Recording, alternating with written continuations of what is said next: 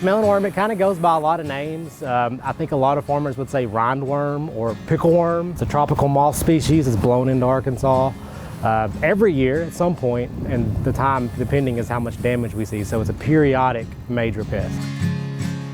So 2021 was the year most pumpkin farmers could tell you was their worst year in recent memory. 2022, 2023, not very bad. 22, I would say we saw a few farms get injured. 23 was very, very localized. We've been lucky enough to be funded by the Arkansas State Specialty Crop Block Program, and so we got funded to look at melonworm, especially after 2021 when we had so much damage.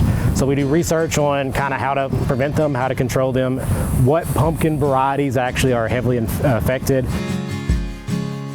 This year, we actually saw them August 8th. And so I would say it's the earliest we've seen them, definitely since 2021, which was our last bad year. I think it's mainly driven by the movement of storms from the tropical regions, especially Louisiana, Texas, into Arkansas. Once you see a moth or a caterpillar on your farm, you need to spray. When you're seeing larvae, there's a risk that they're on your pumpkins. And you're gonna see one, but they do a pretty decent job of hiding, and that's why a lot of farmers don't know they have them until they see them. They harvest a pumpkin and they realize, man, the rind's eaten or the handle's eaten into, and then they pick it up by the handle and it breaks off. We just came from a farm that actually had sprayed 10 days ago, and then Hurricane Francine came through.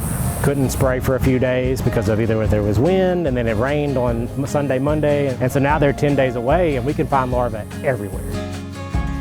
They could be a huge issue in the coming weeks because we saw them for the first time August 8th. By the end of August, we had fruit damage out at our pumpkin trials. Now we have closer to 50 to 70% of our fruit are damaged. So you can kind of see a month and a half is a generation and a half, up to 2 generations. That's where we start to see huge impact. So if we find it in a farmer's pumpkin patch right now, that means that, by October 18th, they're definitely going to have multiplied just in that area, and they're probably still moving in from other areas. So we know we have a high risk for damage this year.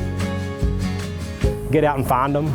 If you can go out and look and be pretty successful in finding when they get there, you're always going to be able to prevent a lot of loss. We were able to start spraying with some insecticides, even organic insecticides, and we've suppressed them. Look at the tips of new growth and the freshest material. Sometimes they'll kind of spin a little bit of a web and hide in the web. If you see some leaf feeding or defoliation is what we call it, or holes down the mid-ribs, that's usually where they start to feed at. That's why we recommend trying to use products like the diamides, which are a little bit more pricey. Get out there and just look every single week, twice a week is what I would say. It may cost you, money to send somebody out there looking, but how many pumpkins is it going to take to pay for $20 or $40 a week in scouting?